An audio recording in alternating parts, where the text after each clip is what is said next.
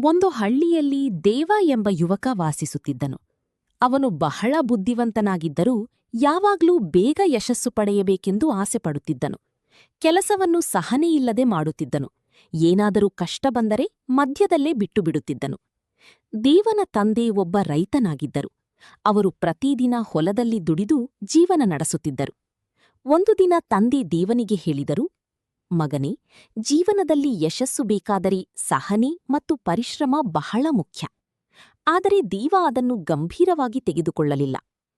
ಒಂದು ದಿನ ದೇವ ನಗರಕ್ಕೆ ಹೋಗಿ ವ್ಯಾಪಾರ ಆರಂಭಿಸಲು ನಿರ್ಧರಿಸಿದನು.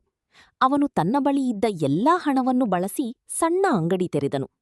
ಮೊದಲ ಕೆಲವು ದಿನಗಳಲ್ಲಿ ಗ್ರಾಹಕರು ಕಡಿಮೆ ಇದ್ದರು. ದೇವ ಬೇಸರಗೊಂಡನು. ಈ ಕೆಲಸ ನನಗೆ ಸರಿಯಲ್ಲ ಎಂದು ಯೋಚಿಸಿ ಅಂಗಡಿಯನ್ನು ಮುಚ್ಚಲು ನಿರ್ಧರಿಸಿದನು.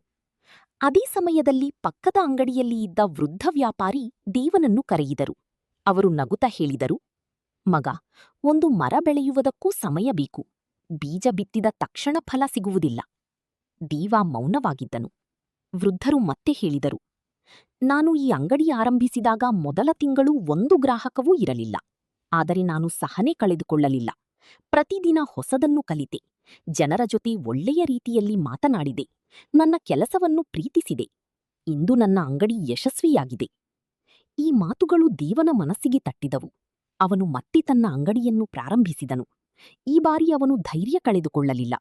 ಪ್ರತಿದಿನ ಬೆಳಿಗ್ಗೆ ಬೇಗ ಎದ್ದು ಅಂಗಡಿಯನ್ನು ಸ್ವಚ್ಛವಾಗಿ ಇಟ್ಟುಕೊಳ್ಳುತ್ತಿದ್ದನು.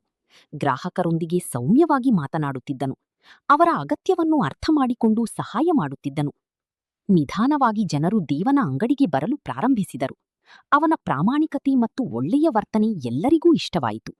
ಕೆಲವು ತಿಂಗಳುಗಳಲ್ಲಿ ಅವನ ಅಂಗಡಿ ನಗರದಲ್ಲಿ ಪ್ರಸಿದ್ಧವಾಯಿತು. ಒಂದು ದಿನ ದೇವ ತನ್ನ ಹಳ್ಳಿಗೆ ಹಿಂತಿರುಗಿ ತಂದೆಯನ್ನು ಭೇಟಿ ಮಾಡಿದನು. ಅವನು ಸಂತೋಷದಿಂದ ಹೇಳಿದನು, ಅಪ್ಪ, ನೀವು ಹೇಳಿದ್ದು ಸತ್ಯ.